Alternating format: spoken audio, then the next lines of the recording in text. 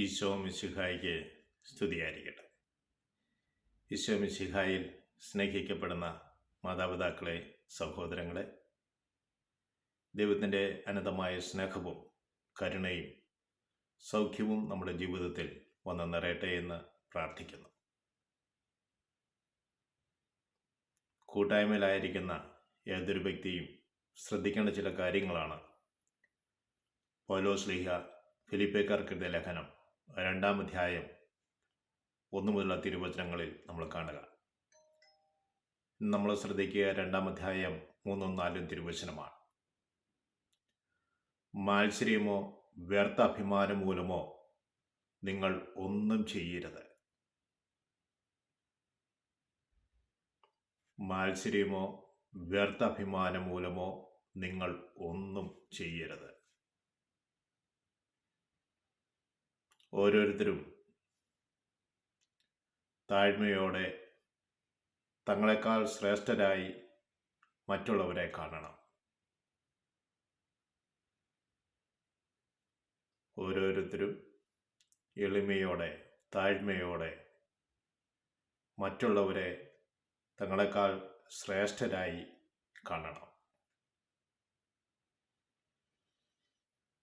Price Lord. നമ്മൾ കൂട്ടായ്മയിലെത്തുമ്പോൾ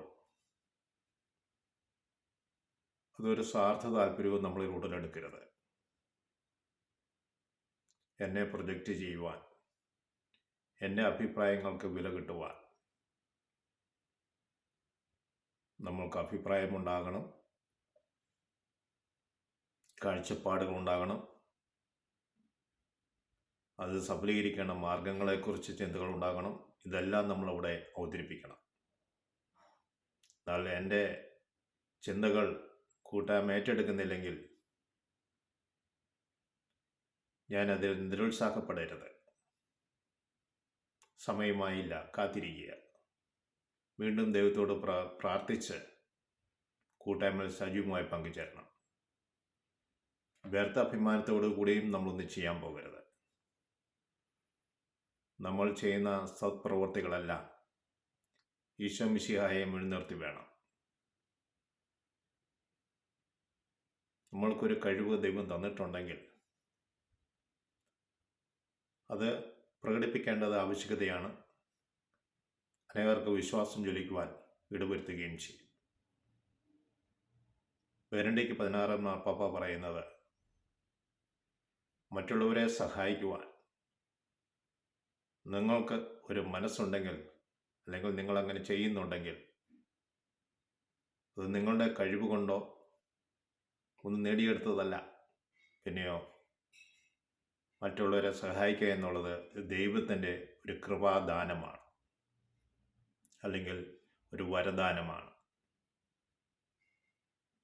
ഇന്ന് ആത്മീയ മേഖലകളിൽ ചിന്തിക്കുമ്പോൾ വിവിധ വരങ്ങളെക്കുറിച്ച് നമ്മൾ കാണുന്നുണ്ട്. ആ വരങ്ങൾ ലഭിക്കുവാൻ വേണ്ടിയുള്ള നെട്ടോട്ടമാണ്. ഭാഷാവരം, വ്യാഖ്യാനവരം, രോഗശാന്തിവരം, അത്ഭുത രോഗശാന്തിവരം, പ്രബോധനവരം, അതുപോലെ തന്നെ ഉപദേശവരം. അങ്ങനെ പല വരങ്ങളെക്കുറിച്ച് കൊറിന്തോസ്യർക്കെഴുതിയ ലേഖനത്തിലൂടെ നമ്മൾ കാണുന്നുണ്ട്. പക്ഷേ അവനെ സഹായിക്കുക, ദൈവസ്നേഹത്തെ പ്രതി സഹായിക്കുക എന്നുള്ളതും കൃപയുടെ വരമായിട്ട് മാർപ്പാപ്പ ബെനഡിക്ട് 16-ാം മാർപ്പാപ്പ നമ്മൾ ഉദ്ബോധിപ്പിക്കുകയാണ്. അപ്പോൾ നമ്മളങ്ങനെ നമ്മുടെ മനസ്സിൽ അങ്ങനൊരു നന്മ ഉടലെടുക്കുന്നുണ്ടെങ്കിൽ അത് ദൈവത്തിൻ്റെ വരദാനമാണ് എന്ന് കാണുക. മറ്റുള്ളവരെ ശ്രേഷ്ഠരായി കാണുവാൻ